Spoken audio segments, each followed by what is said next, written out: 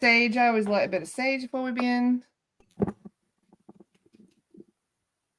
Perfect. Now we're live. So how is the weather in Ireland today?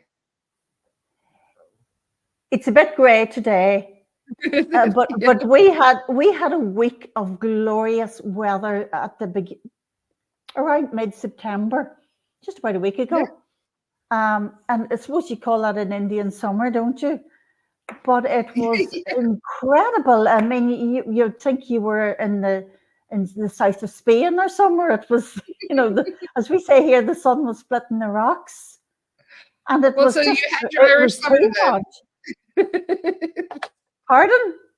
You had your Irish summer then. We had our Irish summer. It lasted at least a week this year. Sometimes it lasts a day. That's wonderful, though. At least it didn't skip you this year. No, they didn't skip us. No, they never do. They never do. We do have summers, may it be just one day or 1 week, rarely 1 month. Well, it's been very hot and dry here in the States this summer, so we're happy for all the rain and gloominess that we have right now.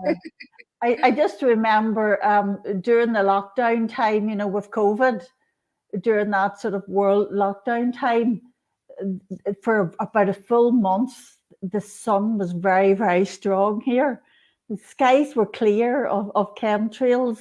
Wow. The animals were coming out in force. The birds, nature was singing. Everything was perfect for about a full month. And then the world goes back to the way it was before lockdown. And here we are again with a 3-day summer. It's crazy. It's crazy. I love the Irish weather, though. I did spend a bit of time in Ireland. It's very beautiful. Where are you located? It is very beautiful, Northern Ireland.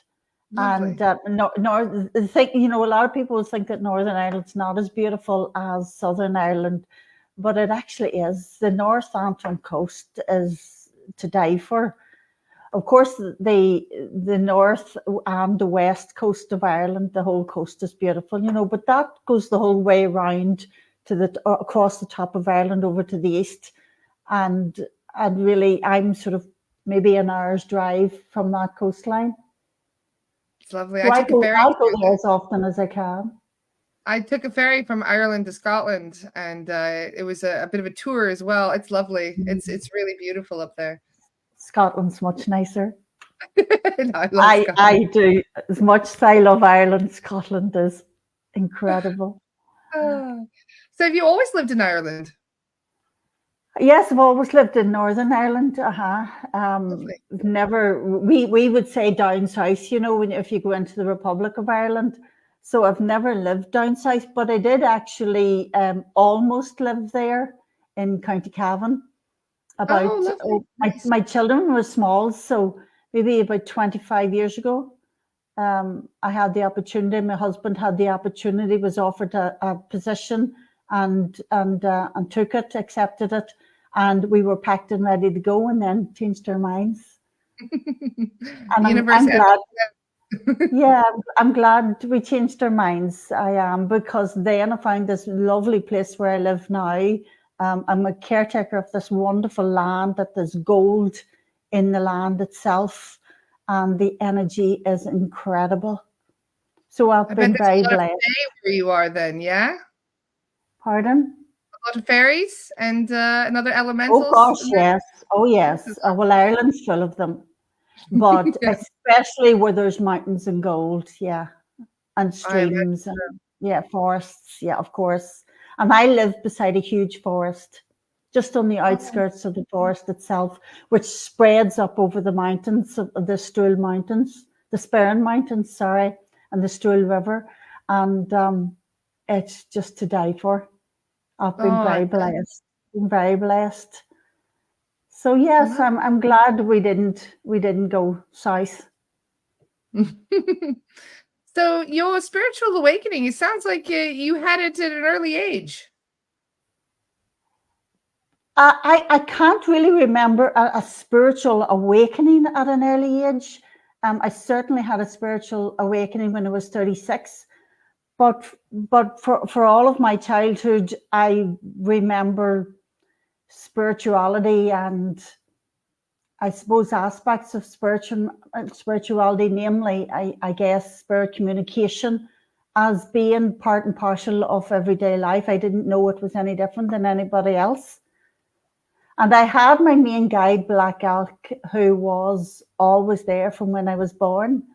In fact, my grandfather lived with us until I was 1 year old. That's when he passed away, my father's father.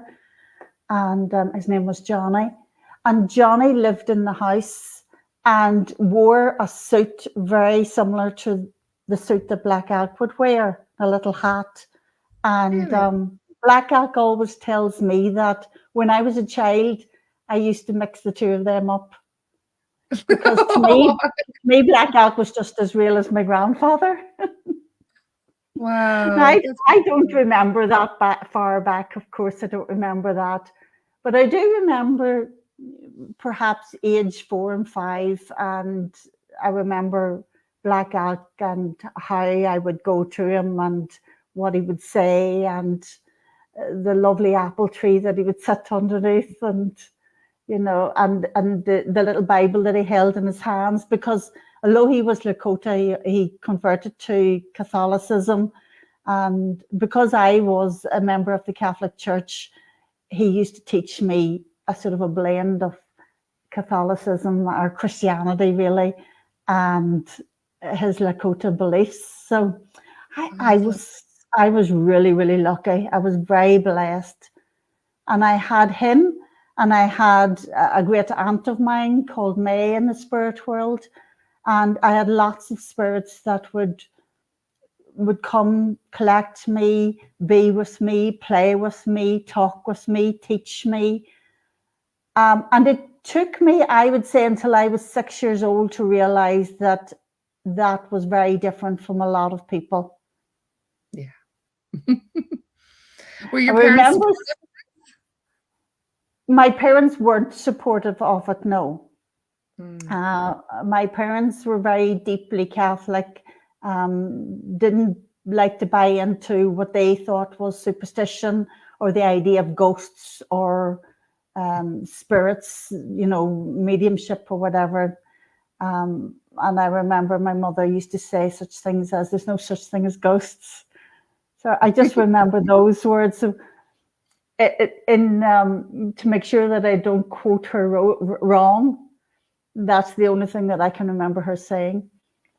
But I do remember one day there was a little girl that I was playing with, Maria, and I asked her, "What does your Indian look like?" Because I couldn't see him. And she didn't know what I meant. And there was a whole talk about this. And that was the first time I realized, oh, I'm different. I'm Yeah, you strange. can see what you can see. Wow. Everybody used to say she's strange. But good Oh, strange. so that's lovely. So you had a wonderful connection with your guide at an early age. That's I had a very very special. powerful connection, very powerful connection. And, Black Elk he was a Lakota Sioux, and he's quite a well-known person. He has a book, there is a book, Black Elk Speaks, written by John Neihart, but it's about Black Elk and what Black Elk told John. And that was mainly because when Black Elk was 9 years old, he had a near-death experience. It actually lasted 12 days, but in his experience, it was only 2 days. And that 2 days he spent in the spirit world, in the sky, with all of these, spirits and beings and grandfathers, and that were able to help him to understand what was happening to him and how he was to get better. And this great prophecy that he had of part of his soul, and in fact that everyone has. And that's the work that we do, you see, Lara. Mm. Yes. He was only 9. So when I was 9 years old, he took me he took me into the clouds, and he began to show me the vision that he had, and he began to teach me about that. So you see, that's the work that we do. Wow. We call it the two roads. Beautiful. And you have a book about this. And I have a book about this. I have 4 books about this. The first one is called The Two Roads. And it's a trilogy. There's 3 books in succession. And each book then gets deeper and deeper into shamanism and what the two roads means, what the vision meant. And it's all based on my experience, my life, sort of, dark to light truth that everybody has, Only, Lara, my life was a fascinating one. It really was. It was a fascinating, extremely hard to what you have now, which is extremely pleasurable and light. And then we wrote a 4th. So we have those, and we have our work that's mostly based on Facebook. We have our website. It's easy enough to find. It's Eliza White Buffalo. And so I'm very happy to be doing this work. So for your you've got a wonderful group that's filled with information. This is how I found Eliza, is through your where is it? I just have it here. Your free shamanism course materials. Oh, yeah. And I also saw some of your posts that you've been putting up in other groups, the 5D group that you were in. You've been sharing some wonderful information there, which is really great. And I just wanted to talk a little bit about some of the healing aspects that you do, because I imagine that, there's a lot of people that come to you with a bit of confusion about what they're going through. Yes, every day. Every day there's a lot of people every day. And I try my best to accommodate everyone. It's got to the stage that if I was working in the same way as I was years ago, today, I wouldn't be able to accommodate everyone. But thankfully, the spirits in my spirit team have had it that they have taught me how to work with numerous souls at once, how to work with one soul quicker. So I guess this has all happened along my own path of healing and transformation. Lara, I don't think we ever come to the end of that path. No. I think that's ongoing, that path of transformation. And but I can say that I do feel content with my life and content that I'm capable of being well, being well and happy. Yeah. Yes. And I'm very capable of doing the best that I can do, or the best that is available for others as well. So I've been very blessed. It's been hard work. It's taken a lot of commitment and dedication. But listen, I'll just say this, when you come from hell, you just keep going in the right direction. You just keep walking towards the light, no matter how bright it gets. You keep going. No matter what that means, you keep going. You don't look back. Some of those dark night of the souls really transform your entire being, really. Yeah, that's right. And I see a lot of people, I work with a lot of people today that are in similar positions that I was in way back then. Before I had my awakening when I was 36 years old. You see, when I was 13 years old, I stopped the communication with spirit. Black Elk, he said to me at that time, he told me this would happen. He said there will come a day that you will go into the wilderness and that you'll look for other white buffaloes. That means, look for people with light in their soul and hope in their hearts. And you will not find me there, that you'll feel that you've lost me, but I'll always be with you. And of course, I thought, no, that's not going to happen, because he was my best friend. Goodness, that always makes me cry. It still does. When I think of the fierce friend that he was to me back in those days. And he said to me that I would lose that, or think that I've lost that. And I didn't believe him. But I did, Lara. I did. And it happened very quickly after a hugely traumatic event. And it happened very quickly. And I just remember him being with me with his hand, one hand on my head and one hand on my heart.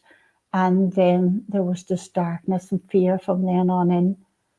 But when I was 36 and had a near-death experience and went into the light again, suddenly I was remembering black elk and feeling, first I must admit, feeling that I couldn't trust him, that because he was part of something that made me different and made people not like me, and caused me to be mentally upset and ill. And but that rejection of him didn't last very long. Didn't last very long, because I mean, that all the powers of good were behind me, Lara. It was like I said when I was a child, the powers of good were behind me. They allowed that I went into the darkness. Wow. But they allowed also that once I was ready to return to the light, that they would be behind me like an army, and they are, still are. I've been extremely blessed, extremely fortunate. I'm almost speechless, because I had something similar happen to me where I was traumatized. I was able to see spirits when I was young, and I saw an older lady one day, and I thought I wanted to talk to her, so I brought a Ouija board into the house to try and communicate with her, and I brought a poltergeist into the house who really enjoyed scaring the bejesus out of me for my goodness. and I turned it off. I took a vow that I will never see or hear spirit again, and it stopped. And I was so relieved. That's good. I was so happy that I was normal, like everyone else. It almost seems I've been desperate for the last year to turn it back on. It almost seems as if you had come to a part of your life that was destined, that you had to make a choice between the dark and the light. Doesn't it feel like that? Yeah. It's going to make me cry now, too. Yeah. The dark was too much for me back then. Everybody's path is different. Yeah. There's no two paths the same, really. It's funny, right now I asked my soul guides, because I can still communicate with them through mediumship, and I asked them, what's stopping me from being able to see and to hear? And they said doubt and fear. Yeah, so that's true. Yeah. We don't always know that. I mean, I was maybe about 38 years old when I asked Spirit, through a medium, ask them, how come I can't hear Spirit any longer? And they said, because you're not listening. No, so and even then, even though I knew that was true, and I could understand, I could feel that truth within me, even though there was that, it still took quite a while for me to hear again, and now I hear very well. Oh, I would like to be here a little better with the astral realms. I hear very well with the spiritual, the higher spiritual realms, and channel very the well vibration must be from very those high realms. Yeah. then. Yeah. Very, very high frequencies, yes. But the astral realms, I receive spontaneously, and if I try to listen, then I can't hear. So I have to just let go and try not to listen, and it comes. Isn't that the way? You have to stop trying in order to do. I know that's the frustrating part about it, because it's like, yeah, how do you manifest these things? You just have to trust and go with the flow, you know? My guide said, you're already on the road, just enjoy the journey. So it's just like, enjoy yeah. the journey, and trust. And if what you're meant to hear, you will hear. The rest is just nonsense. Yeah. Well, to be honest, the lower astral, what exists there, most of the time we don't really want to hear it anyway. So you're quite blessed No, to we be don't. hearing We what's don't coming want from to the hear high that. astral. Although sometimes, well, I suppose the higher astrals from the green world up, from the summer world up, the psychic. I think the spiritualism church, the spiritualist church calls it, the spiritualist church calls it the summer worlds. The summer The world. green, the green where I met with Black Elk, the heart realms. And from there up, it's lovely when you have someone whose loved one has just passed away and you can offer them comfort. I mean, that's priceless. Every single time it happens, that is priceless. It's a true gift. And that's lovely. To know that they're okay is so, it's not just cathartic, it's healing. It is very much so, to know that they're still there. Yeah. Yeah. For people, pardon me, I'm just getting my charger here. For your journey now, what excites you in the work that you're doing most? Right now, what's exciting me, would you believe, Lara, is being Nana. I'm Nana to three little girls, and I'm just about to have a fourth grandchild. My son is having a child as well. So, and that excites me. I've got a beautiful family, extended family. I'm surrounded by love. And what excites me, yes, is being Nana and just making Nana's house wonderful for everyone to come back to. However, my work still does excite me, of course. I'm not doing a tenth of the work that I used to do years ago. And the traveling, I don't do the traveling any longer. But my energy is being really focused into that group that you spoke of, the free shamanism materials, course materials. And then I have the psychic and spiritual masterclass as well. It's a set of 7 video tutorials that I've done, and I like to share those for free as well, because there's so much empowerment to be learned in those, or to be, learned from yourself by listening to those. So that's quite exciting. And I'm very grateful to be able to be in that position, to be able to do that. I know you're in a similar position with the Starr community. Yes.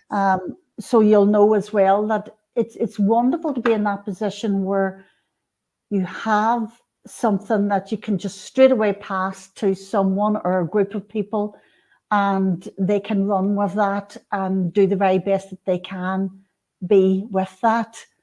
And so you don't have to put in any more effort, so that, and you can reach so many people at once. And let's face it, the way the world is now, there's a huge amount of hope, but there's also a huge amount of fear. And if we can find the right people, those light workers that are strong enough to stand up and be who they are right now, and give them the tools to empower themselves, my goodness, sure, isn't that worth everything? Absolutely. We are changing the world through healing ourselves and by living through example and just being our authentic selves.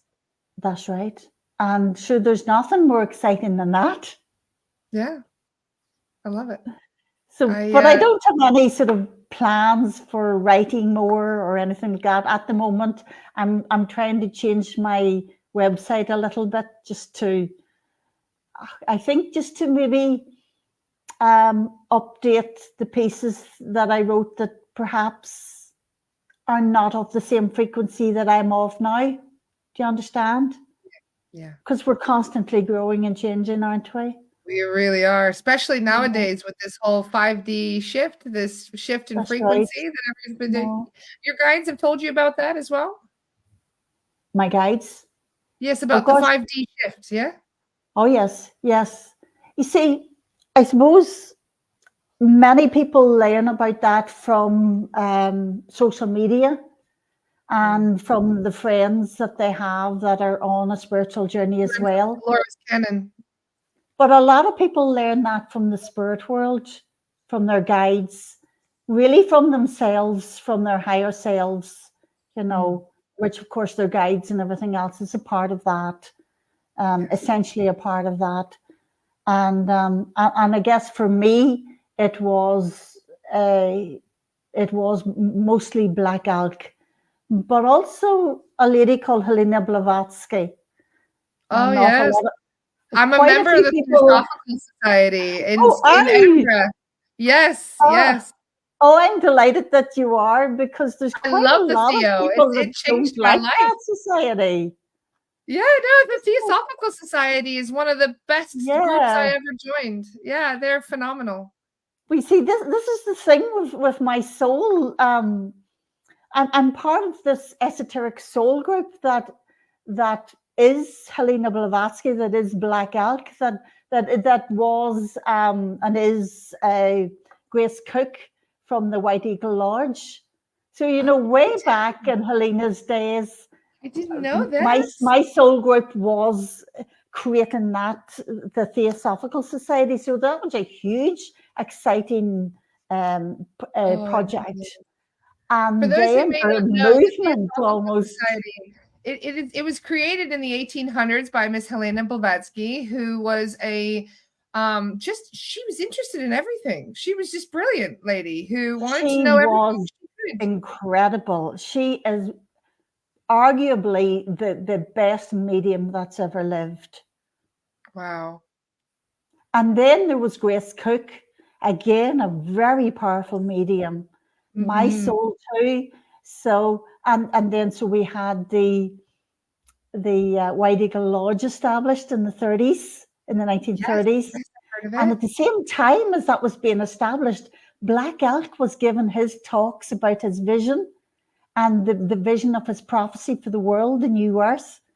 And that was all happening in the 1930s. And then came the 1970s, and I was 13 years old.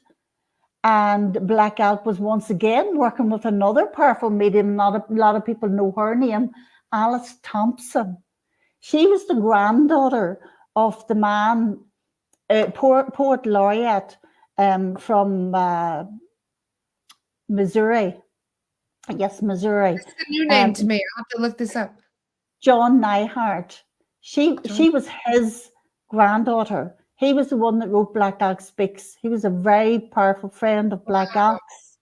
Yeah. Amazing. And in the 1930s, she was holding seances, because that's what you did in those days, around the table, and the seance and the red lights and all of that type of physical mediumship. That was very popular those days. Ectoplasm and all that, yep. Yeah, ectoplasm and all. And Black Elk, he came through with many of the others as well, including her grandfather. And they came through and talked about the books that were to come in years to come. And I was only 13 years old at that time. But Alice has said to her granddaughter, who befriended me, that's the lady that Black Elk was speaking about. in 1930 something. Wow. Or sorry, in 1978. So I was delighted to hear that.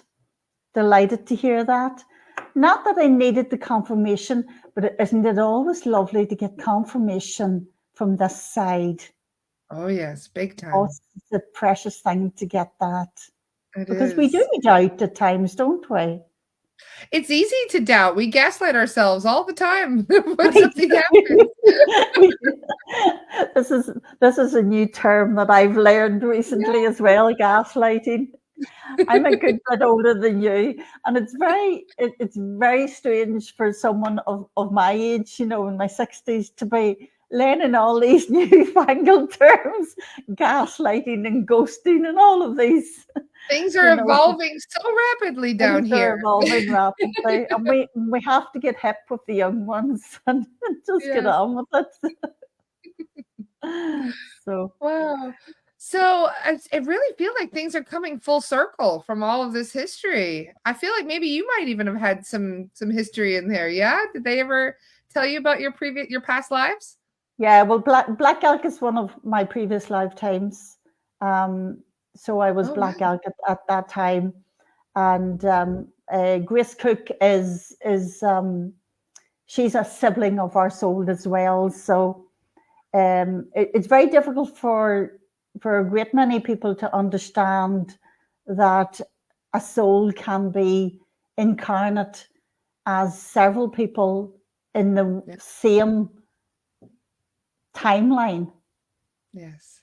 But they're very rare. We call them twin flames, where it's the same spirit in two different bodies. It's the same. It's the same soul in two different bodies, and if when you consider that the ultimate truth is that everything comes out of this moment, which is now all time, all space, and that now moment is you, is your consciousness, then it's easy to understand how everybody is of the same source. So, like the micro perspective and the macro perspective. Absolutely. So I talk a lot about soul groups. That's one of my specialities. I would talk a lot about soul groups. Black Elk taught me about soul groups when I was a child, and my whole life seemed to be about learning more and more and more about soul groups and how time works and how space works and how everybody is related to everyone else and related to everything that is, so that's something that I learned, and that's something that I talk about in the master class, which is now free. Anyone can avail of that class or of the shamanism class. You send me an email. It's elizawhitebuffalo12@gmail.com. The number 12. Thank you. Send me an email and ask me for them. Find me on Facebook, ask me for them, and I'll give them to you the same day. Oh, very kind of you. Oh, very, very welcome. We find them so fascinating because we feel that we are a soul group, that many of the people that follow this page, I was told by my soul guide that I was a recruiter for star seeds and light workers to come down here during this time. I was like hyping people up, like, come on, we're going to kick butt. Let's go do it. Yes. I've heard of this term recruiter recently, and I totally get it. I totally understand. I used to call them a networker, and in my first book, which was written in 2008, I talk about one particular person being the networker, but it's you, the type of person that you are, the type of soul that you have. Very much so a networker. That's what I was talking about. People see my face and they're like, I recognize you from somewhere. And it's like, I might have been the one that talked you into coming down here. Sorry. And then, Lara, you're doing the perfect job, aren't you, really? You're doing the perfect work for your soul and being who and what you are, the essence of your intentions for this lifetime. So you must be a very happy person. I Yeah, I'm one of those bubbly types most of the time. Yeah, I'm just happy to be here and happy to be involved in changing the world, so to speak. I'm just happy to be here. I'm just loving life, and it hasn't always been that way. I had quite a few dark nights of the soul where I had to transform everything about myself. Where I've become a different person 5 or 6 times in my life to evolve enough for the right chapter, for the next steps. And so it's funny how this podcast wasn't even my idea. It was my soul guides. They told me to. It's always the way, isn't it? Yeah, but I was like, no matter what big ideas you have, they weren't your ideas. But it's funny because I love being supportive. We have every Monday we have this media, what do you call it, mentorship community chat thing, and it's so nice to be there together. Because all of us, every single person listening right now, is here carrying on a very important role. Exactly. We could have been born at any time throughout history, That's right. And we chose to be here now at this pivotal moment, and we are just so blessed to be involved in helping everyone around us.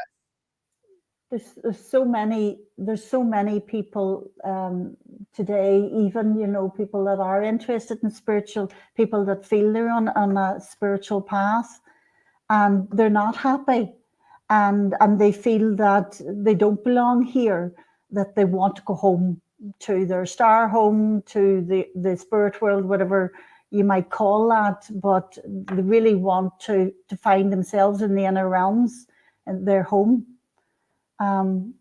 And a lot of them are, they just reject life with everything that they have, and they can become so unhappy, and everything's so painful. Yeah.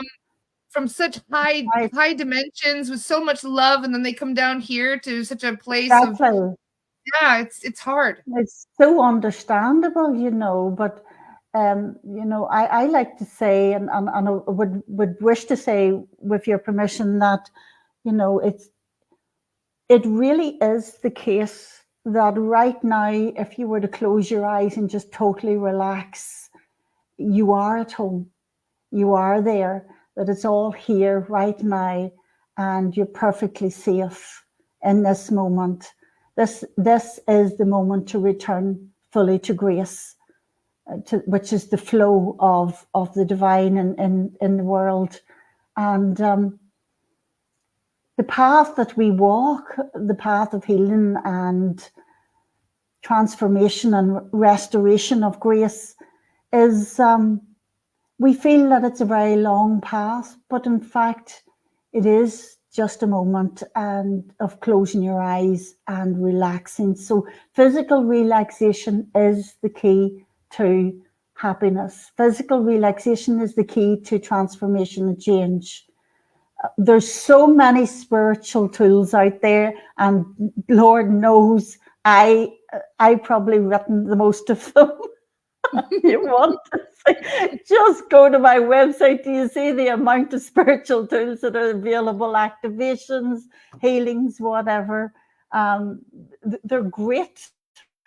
They are great. But the truth is that in this moment, if you were to fully relax and let go, just fully let go, that is the best healing that you can ever have. If you were to make a daily practice of that.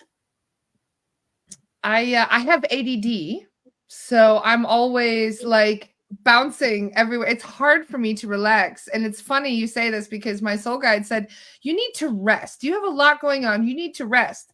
And I said, what does that even mean? What is rest? Does it mean, can I lay down and still work? Like, is that resting? Do I have to rest my mind? Do I have to meditate? Does that mean I have to watch TV? Like, what is rest? I mean, it's like, I'm here to work, So that's right. It's funny. Yeah, I think it's funny how much sometimes some of us have even a challenge in finding time to rest. Yes, and the challenge in resting itself. I mean, I think I did say I was mentally ill at one stage. But as I say, the psychiatric wards are full of shamans. Absolutely full of shamans. I can When I imagine. was, yeah, when I was in psychiatric care, I mean, one of the practices every day was to listen to music and relax your body. But goodness, Lara, I couldn't do that. My legs, I held all of my energy in my legs. They were like two boards. If I tried to relax, they went like this on the floor. And then I'd have a full blown panic attack. But Wow. um, that's one of the things that I wanted to say right now about relaxation and healing is when you come to a stage where you're trying to relax and it's difficult for you and you get to a stage where your body's holding so much tension, allow that to be and feel that tension, allow it to shake, because the reason it's shaking is because the light is coming into it. The light of your consciousness, your attention is coming into your legs. So, for example, in my case, when I try to relax and the nurse or whatever, the mental nurse was asking me to bring my attention into my legs and they were shaking like this, it's because the light of my attention was coming into my legs. So allow that to be and let it shake anyway. Feel that fear anyway and breathe as deeply as you can through it and shake, shake, shake, shake to your heart's content until you start to relax. And you will have given yourself one hell of a powerful healing session. Wow. There's a couple people in the comments having a big aha moment right now. I can Yeah, imagine. I have restless legs as well. I'm always doing this with my feet and my yeah, legs, and I can never really sit still for very long. Like I'm always moving and shifting. So it's very funny you say that. yeah. I've been doing a bit of qigong, and when we All do the right, yeah, shake portion, I always feel very relaxed afterwards. So that's very funny yeah. you say that. Thank you. I think physical exercise is very good for relaxing. Even physically exerting yourself is very good, and then just allowing yourself to completely switch off in your mind after physical exertion. It's probably easier to do it then than it is to Mm, do it when you haven't been busy, when your body's not tired.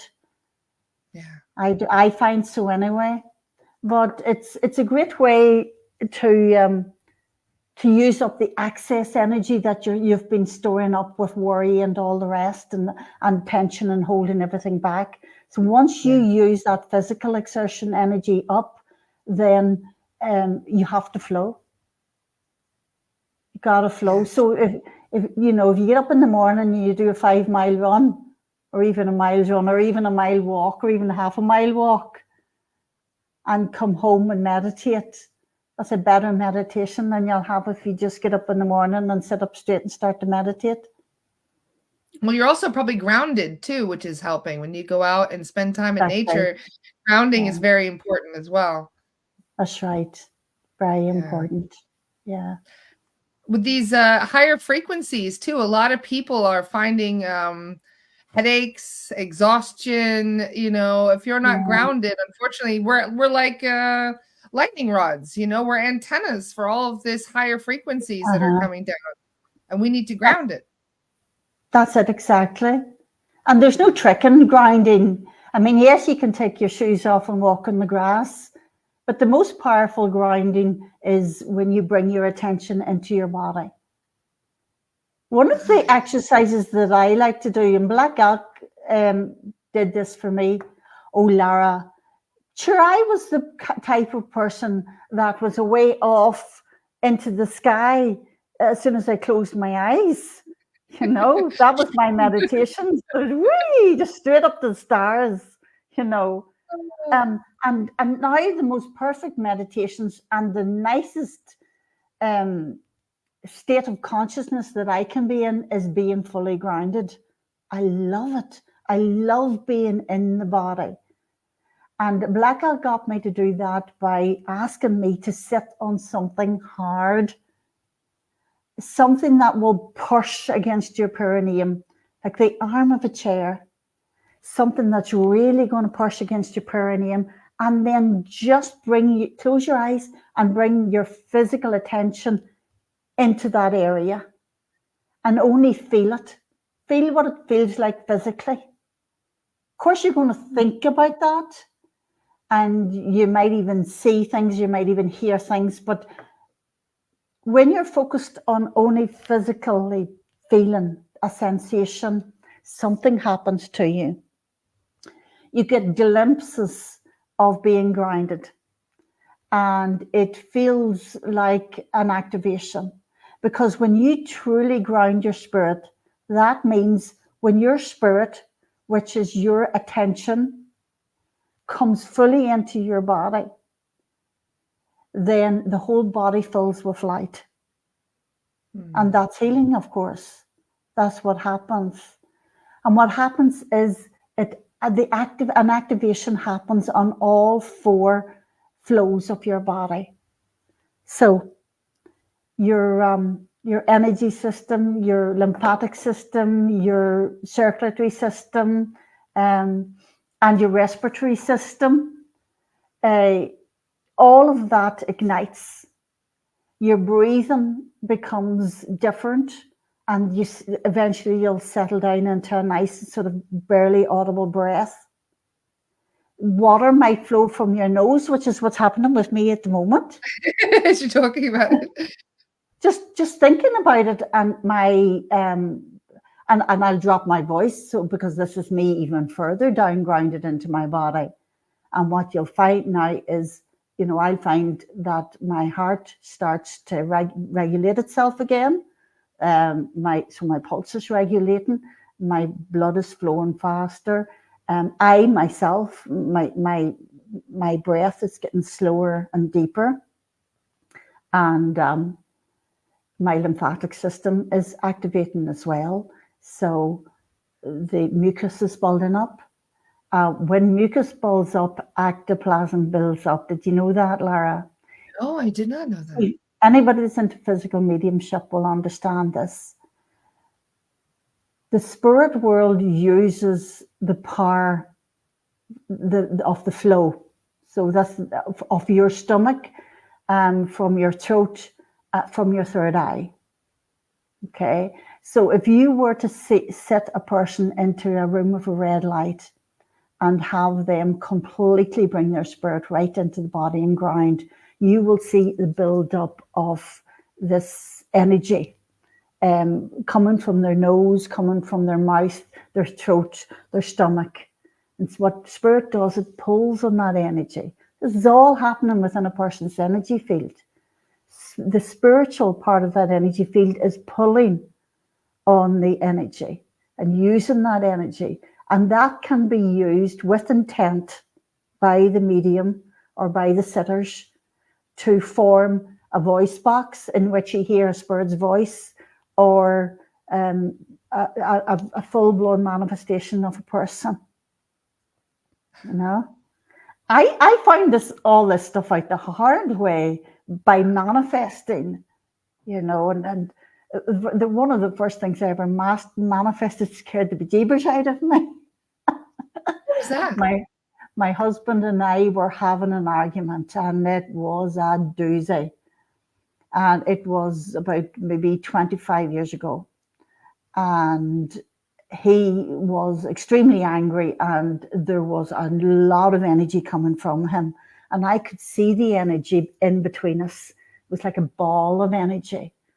So I foolishly thought that I could use this.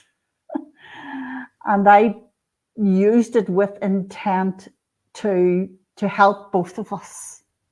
Well, what happened was, my intentions may have been good, but I was still in very much a state of shadow at the time. So it was still in a state of fear at the time. Yeah. And what manifested in that ball of energy was a full 3-dimensional head hanging in the air. Oh my God. I know. Of a priest, of an Aztec priest from Aztec times that had sacrificed me at age 13 on top of a pyramid, on top of the pyramid of the sun. And that I had gone a long way in healing that relationship with that soul, you know. But here it was manifested because this was attached to the fears that I was harboring in my subconscious, you see. Wow. And it was a fully three-dimensional head. And it scared the life out of me. I can imagine. And it scared the life out of my husband, because my husband didn't actually see the head, but he could see, like, as if everything had went black, and he couldn't see me past this blackness. He could no longer see me. He could just see something there that was obscuring his sight, and it was black. And to me, it was this priest. Wow. I bet that shook you to your core, especially recognizing to my core. Yeah. Wow. I rang a lady who I know knows a lot about energy and how energy works at the time. She's a very elderly lady now. And she says to me, well, that wasn't the wisest thing you've ever done, was it? That is incredible. Oh, so how did it go away on its own? Did you just go, and then it disappeared? It went away as soon as I went, oh, and then it was gone. You know, wow. Then it was gone. But I didn't feel safe when I rang her, and she helped me. And then, of course, I was trying to, you know, do all sorts of things to bring in the light, you know. But as I say, Lara, it was 25 years ago, and I was very much still in a state of fear. So whatever I was doing was, you know, it was there for my lessons. You know, it was there to teach me, maybe in a harsh way, but, you know, it was all valuable to me in the end. But that's how I discovered the art of physical mediumship. Wow. We talk about this quite a bit with the astral work, because I teach about astral projection, and you have to be careful what you think when you're in the astral, because you can manifest all kinds of things you wouldn't want immediately. Whatever you thought goes, you're there. So, yeah, and this is the thing about the different dimensions, is they're so malleable. You may be in 3D, but you're manifesting in other dimensions all the time. You just don't see it. Right. But for you to actually see it, that is quite I imagine, an eye-opening experience. And that's how creation itself works, and recreation. That's how creation and transformation works through the energy field. The energy field works closely with the 4 physical flows of your body. So that's why when you're doing physical mediumship, you get all of this physical phenomena happening with you, as well as spiritual phenomena. You put the two together and you create a 4th dimension. Yes. And there's all kinds of things in this 4th dimension that, you know, we do spirit releasement work. We talk about that quite a lot, about attachments and about frequency matches, because the dominant frequency will always affect the other frequencies around it. And when you are a very high vibe person and you go into a space, you raise the vibration of the space and the people around you. But if you are in an area where you are lacking confidence, where you feel uncomfortable, where you feel anxious or exposed, your vibration lowers a little bit, and then it's easier for the the surrounding frequencies to affect you. So yes. What do you do for, if you don't mind me asking, for you don't really have psychic protection with such a high vibration, or do you still do psychic protection before you go out in public and things like that? No. No. I mean, of course, you know, psychic protection's a vast subject. And there's lots of things you can do. But you know yourself, Lara, when you're vibing with the 5th dimension, psychic protection is null and void. It's not necessary, because what are you protecting? You're protecting yourself from yourself. because this is what we know. Why do I need to protect myself from myself? In the same sort of understanding that I no longer create or manifest negative entities, then I have nothing to protect myself from. And I do work with negative entities all the time that are attached to other people's fields. So, other people might get me to remove entities from them, and I'll do that. Now, don't be afraid, because as soon as them buggers see me, they're running scared. I bet they are. Oh yeah, I mean, what I'm an just empowering feeling that shadows. must be.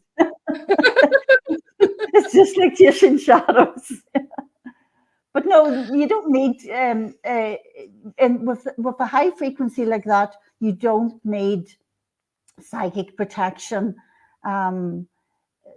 Interesting. I think it's really, if I was to go into a room now, for example, I know it's going to be a low vibrations, for example, maybe a pub. I'll go in, I like to go in and I like to have a wee whiskey, I love that. So I will, make sure that I'm well grounded in my fifth dimension before I go in, and I'll sustain that. But if I feel that dropping, because maybe I've had 2 wee whiskies, which is maybe too much, so I've had more than one, I've had 2 wee whiskies, I start to feel my shadow coming up, because everybody, we always are dark and light. Yes, always. So I'll start to feel maybe the shadow coming up a little bit and starting to be more apparent, to me. So then I go, okay, that's enough, out. Then I'll leave. So it's the same with a hospital. It's the same with just a relationship with anybody. If I'm talking to someone and I feel the energy dip and the frequency is very low, and I can feel my vibration slipping, then I know that I've lost a hold of my ground and center. Mm-hmm. So out I go, and straight away come back. Do you remember I said earlier that the moment to return to grace is right now? Come into the body right now. Yes. And just be, yeah. And so it is as easy as that, isn't it, really? I feel it's as easy as that for me, and it is as easy as that for everyone. But of course, not everyone can grasp that, so it doesn't feel easy, and I understand that. Yeah. So that's where we use psychic protection. I feel that empaths do pick up things without knowing it, especially if they've got that strong empathy for others. It's easy to take somebody's baggage on as well. So for more than anything else, that's what I use psychic protection for as well, because being an empath, when you go out in public, you do end up picking up cords, and people end up taking energy and all kinds of stuff. Absolutely. I am, yes, absolutely. And again, that's another journey, isn't it? But when you get to the stage of vibing with the 5 dimension, and even with the 4th dimension, if an entity is hurtling towards me, or negative energy is hurtling towards me or directed towards me in any way, I feel that straight away. And I just go, no. I might do it like this, or I might just in my mind go, no. And I'll just, grind right down and through. Yes. Because I feel it. And I mean, I say this again and again, I am so fortunate to have the spiritual team that I have, the life that I've led, because I have been fed light on a drip right from the word go. It's like I couldn't possibly go wrong. And my guides, Black Elk and his son Ben Black Elk, and John Nyhart, who wrote Black Elk Speaks, the book with Black Elk's vision for the world. the three of those spirits taught me for many years to fine tune my awareness of energy. So, for example, Black Elk would pretend to be John, and he'd come through with something that John might say, or tried to do it in a way that John would do it. And I had to know that's not John, that's Black Elk. So this is what they did. They came in one after another, and I'd say, that's John, that's Ben, that's Black Elk, that's Ben. No, that's not Ben. That was John pretending to be Ben. Okay, so that I could fine tune my psychic, my psychic gifts, my psychic senses, to know who is this exactly that's speaking to me. And now when I have a spirit from the spirit world, even someone belonging to my own family come through to me, I know it straight away just by the feel of them, as if they've walked into the room behind me. I know who it is straight away. Oh, that's lovely. So your claircognizance, your clair knowing is on point. Clair knowing is very strong. Yeah, clairaudience is strong. And clairvoyance. Yeah, I think they're all pretty strong. Yeah, they're all pretty strong now. Thankfully, what a time to be alive. Perfect time for this, back in the day, we might have gotten some heat for this, literally and figuratively, for the things that we talk about. Do you never get tired, Lara? Do you never get tired? Yeah. Well, to be honest, I feel like we can sleep when we're dead. You can be a long time sleeping. I do get tired. I get tired of the material world and the way everybody does. Everybody gets peeved with this material world at times. It's with what's going on, and yet more, and yet more, and yet more. And there's none of us is perfect, and there's none of us is 100% able to sustain the kind of blows that the world, fires out at us, and there's none of us is that committed to the universe of light, that we don't feel that tiredness, that we don't, get a bit under the weather or whatever. And so when I do, it's a mammoth thing for me. It's really, when I was young, it was a suicidal tendency, and I did try to commit suicide many times. And that it's changed over the years to what it is now, which is I'm having a duvet day. I'm turning off Facebook, go away, I'm not answering the phone, I lock the doors, and I sit, in my pajamas and just do what I like doing. And I think a lot of people do that. Yes. That it's okay to do that. Oh, I those lazy days are one of my favorites, but I always guilt trip myself. Like, I could have done this, I could have done that. So thank you for giving me the permission, I should say, to feel good about myself in those days. Because they're coming more too with the fall and everything. Yeah, and so yeah. That's right. I've been doing it now for about 5 or 6 years. In December and January, I don't work. I make jigsaws. I love doing jigsaws. I make jigsaws. I watch the TV. I tutor about outside, and I look after the children, and I just do things that really are fun for me to do. Instead of having to be something for the world. Do you know what I mean? Obviously, that's an egoic thing. That's an egoic thought that I have to be something for the world. And that's part and parcel of our work. We have those egoic thoughts as well, don't we? I call it my white knight savior complex. I call it my Jesus complex. I have a savior complex. Yeah. If somebody's in trouble, I'm like, like, I'm here to save the day. Yeah. Like, yeah, I've always had that mentality. Yeah. I joined on my 16th birthday as a firefighter. All my friends were out getting their driver's license, and I joined as a fire department on my 16th birthday. I'm one of those. Yeah, I'm just one of those people that I'm here to put out fires, so to speak. Oh, that's fantastic. That is fantastic. Yes, but being a workaholic is something I'm also dealing with, because it's hard to shut off when you know that when really, even though time doesn't exist, it's also of the essence right now because of all of these things happening. And my guides have told me that the world is going to change more in the next 15 years than it has in the last 15,000 years. Oh gosh. Oh yes. I've been told the year 30, 35, 36. No, 32. It was 32, 34, 34, 32, 33, 34, 35, 36.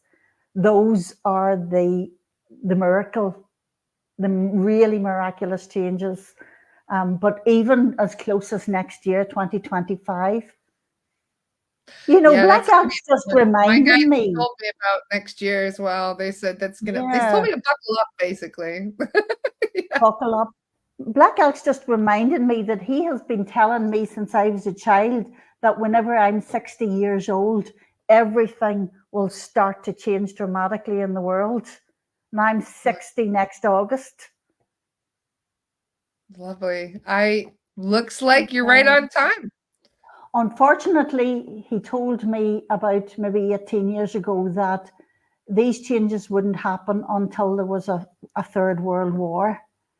So I'm kind of hoping that, that can be, what's the word, transmuted as we go along, because nothing ever stays definite. Destiny is not something that's at the end of the line and it is absolutely going to happen. It can change its face in a lot of different ways just through your actions.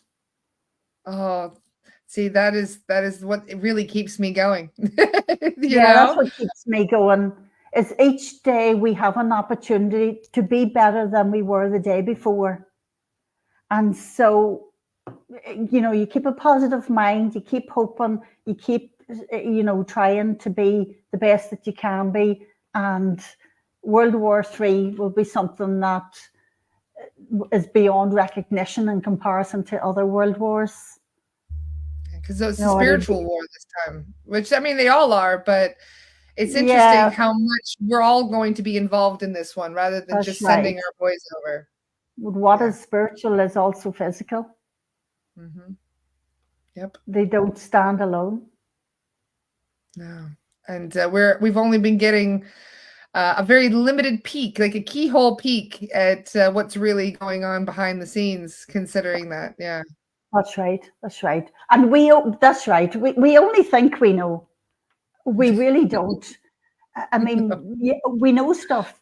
We know more than we did today than we did 20 years ago. But compared to what there actually is to know, we know nothing. Nothing. Yeah. Two things I always have to say to myself is, you don't know, and that's not my job. When I have my savior complex, that's not my job. That is one I need to start telling myself. Because I know. Wow.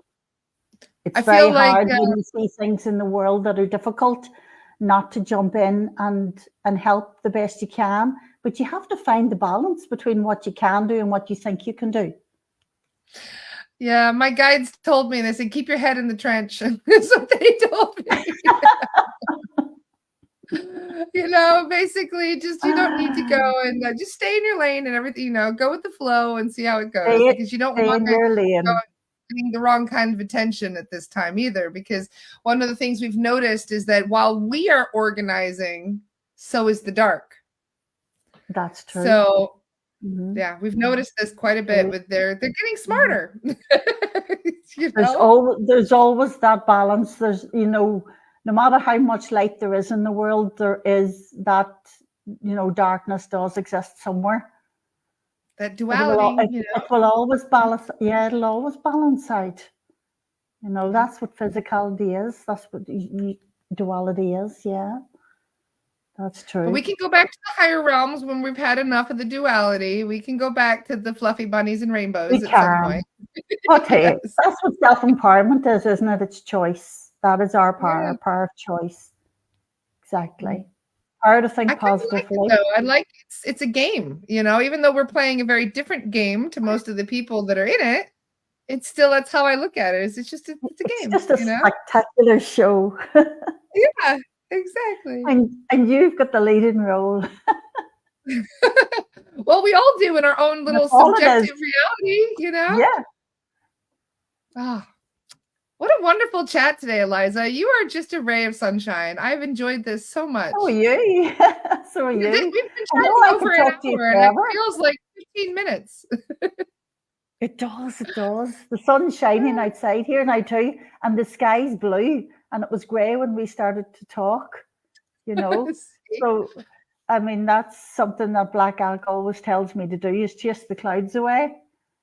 No. Just bright. Is there You anything just that you need, would you like just to need to say brighten today? up. Does Black Elk have a message today he would like to relay to the community? That we haven't already said. What would he like to say? Just keep being you. To everybody that's listening, just keep being you, because you are the expert at being you. There's no one else in this world that can be you in the same way as you are. No one has your exact energy, and your exact energy is essential for the world right now. That's how important you are. Oh, Thank you, Black Elk. Thank you, Black Elk. Nice. For those who would like to hear more, make sure you get the book Black Elk Speaks, and so more he can hear more messages from Black Elk. We are so grateful for all the messages from Spirit. Maybe you will leave a note in the comments or something with a link to his book, a link to our books. Well, I have your website right now. I'm going to share this for everyone. If you would like to get involved with Eliza, there is her website for easy contact. We also make sure that you join her group, the free shamanism course materials group as well. Going to share that down here below. And the free psychic and spiritual master classes also. I also have a bunch of free stuff on my website, ebooks, and meditations and activations that are free as well. So you can go on to my website, go into the web shop, and you'll see the free section. Oh, what a beautiful image that he has on the cover of Black Elk Speaks. I'm surprised I've never heard of this. Yeah. What a stunning photo. Or is it really him? The photo? Let me see the photograph, because there's different books. Oh my goodness. Is he standing with it? Yes, with the white beads. Wow, absolutely beautiful. Beads. I don't know which picture that is. And Eliza has 4 books of her own as well. For those of you who would like to, also you can procure those through Amazon. I can see here. Where is the best place to support your purchases? Through the website? Well, if you're living in America, or Australia or New Zealand or somewhere like that, I think your very best is to go on Amazon and get it through Amazon, because by the time, although I do give a very good discount on my books compared to Amazon, by the time I post that to you, it could be very expensive. So I like to, maybe the people in England, Northern Ireland, to buy from the website, and everyone else to buy from Amazon. Wonderful. That sounds like a good plan. And here are Eliza's books. You can see they're on Amazon. Look at all those 5 stars. See, I love it. I'm going to give you I'm going to read your first book, the 2 Roads. Yes, is that the first one? Oh, yes. All you guys can read that for free if you want. Oh, beautiful artwork as well. I'm not chasing away sales, but I'm just the type of person that I like to give away. I like to give for free. It brings me a lot of joy. But so you have the opportunity to read that for free. Just ask me for it, or go on to the website and ask for it. Oh, wonderful. and I'll send Thank it you to so you. much, Eliza. Really, this has been such a wonderful conversation. It's so good to Thank be able you. to speak with you. And I also want to say there's some people in the comments that are very, very excited to see you on here today. Thank Miss you. Jennifer Oh, thank was you expressing all. excitement about seeing you on here. She's been following you for years. So, Jennifer. yeah, Jennifer Stutz was just saying how Oh, yes. excited she is. Yeah. Yes, Hi, that she's been following Jennifer. you for quite some time now. So it's lovely to Yeah. have you join us. And Yeah. Jennifer says that you're very responsive to your private messages. So that's very Oh, yes. kind of you. Yeah, I always will respond to an email or to a message. It may not be immediate. Sometimes it might not even be the same day. But hi, Jennifer. But I do always respond. You see, I think a lot of people use Messenger. It's like they feel they're not really talking to a person, and Yeah. you send them a message and they ignore you and they just leave it. And I like to send messages and email people as if I was having a conversation with them. So if they ask me something, I will reply. And I usually start my emails as if I'm in the middle of a conversation with them, in that way. I just think it doesn't do any harm to be personal, Lara, Yeah. and just give a little bit of respect to the person on the other side of that computer.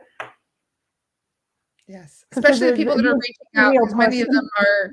are need some help or some love and support. So it's very Yeah, important. Yeah. yeah. Great. I also have some amazing support in my own sort of group of friends on Facebook as well, people all around the world, wonderful people, that I've worked with and grown with for years.